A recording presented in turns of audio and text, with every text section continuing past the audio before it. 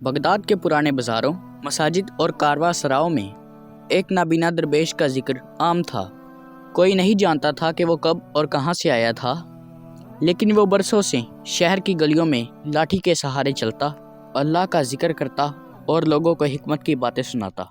इसे लोग अंधा दरवेश कहते थे, लेकिन उसकी बसीरत और दनाई ऐसी थी कि बड़े बड़े आलम भी इसके अल्फाज पर गौर करने लगते।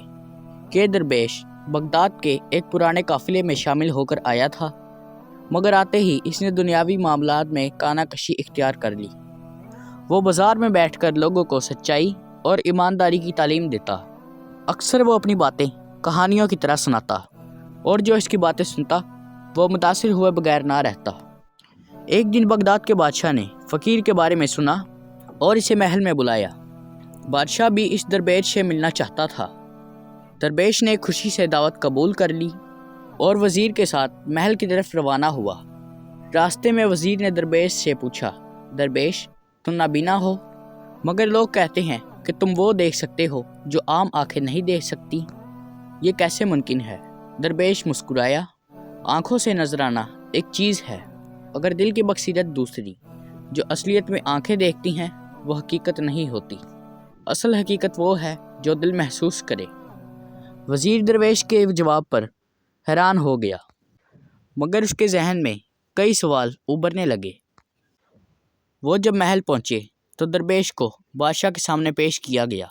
बादशाह ने दरवेश को देखा और कहा, दरवेश तुमने दुनिया को तर्क कर दिया है, मगर तुम्हें पता है कि बगदाद में खूब सारी नेकियां भी हैं।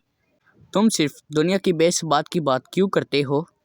दरवेश ने सुकून से जवाब दिया, बादशाह सलामत, मैं सिर्फ दुनिया की हकीकत बताता हूँ। दुनिया की नेकियां भी फ़ानी है और बुराइयां भी। असल नेकी वो है जो दिल में हो और खुदा के लिए हो, ना कि दुनिया की तारीख के लिए। बादशाह इस जवाब से हैरान हो गया, मगर वो दरवेश को मज़ीद आजमाना चाहता था। उसने कहा, अगर तुम वाकई ही दाना हो, तुम मुझे बताओ कि एक हुक्मरान को कैसा होना चाहिए। दरवेश ने चंद लम्हे खामोशी इख्तियार की, फिर बोला, हुक्मरान वही अच्छा होता है जो अंधे दरवेश की तरफ देख सके। वो देखे जो नज़र नहीं आता, जो इंसाफ किसी खौफ के बगैर करे, और वो अपने लोगों के दिलों में झांक सके, ना कि सिर्फ उसके चेहरे देखे। बादशाह ये सुनकर दम बखत रह गया। बादशाह के दरबारियों में कुछ लोग दरवेश से खुश नहीं थे। वो समझते थे कि दरवेश की बातें लोगों को बगावत की तरफ उतार देती हैं। चुनांचे उन्होंने बादशाह से कहा, यह दरवेश महज बातों का जादूगर है, मगर ये वाकई ही दाना होता तो इसे आजमाया जाता। बादशाह ने सब लोगों की बातें मान ली और दरवेश को आजमाइश में डाल दिया।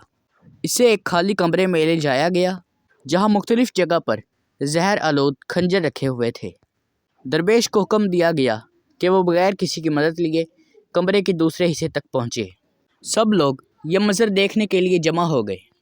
दरवेश ने अपनी लाठी ज़मीन पर रखी, आहिस्ता आहिस्ता सांस लिया और बोला, असली राह अंधेरों से भरी होती है, मगर जो दिल की आंखें खोले वो राह पा लेता है। ये कहकर इसने अपने कदम बढ़ाए और हैरान कन तौर पर वो बगैर किसी खंजर को छुए दूसरे हिस्से तक पहुंच गया। दरबारी हैरान हो गए और बादशाह ने खड़े होकर दरवेश को सराहा। कुछ दिन बाद दरवेश ने बादशाह से इजाज़त ली और फिर बाज़ार की तरफ रवाना हो गया। जाते हुए बादशाह ने पूछा, ए दरवेश, तुम महल में रह सकते हो, इज़्ज़त पा सकते हो, फिर क्यों भीख मांगने जा रहे हो?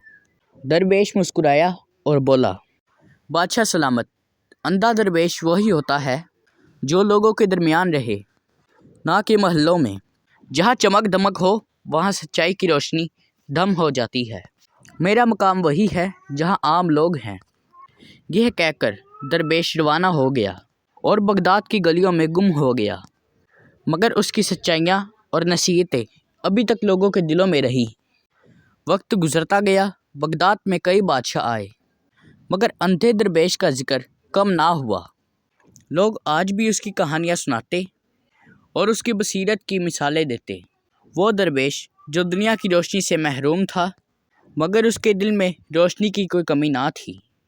एक दिन बाज़ार में एक नौजवान लड़का दरवेश की बातें सुनकर اس کے پاس آیا۔ اے دانا درویش، میں اپنی زندگی کے راستے سے رک چکا ہوں۔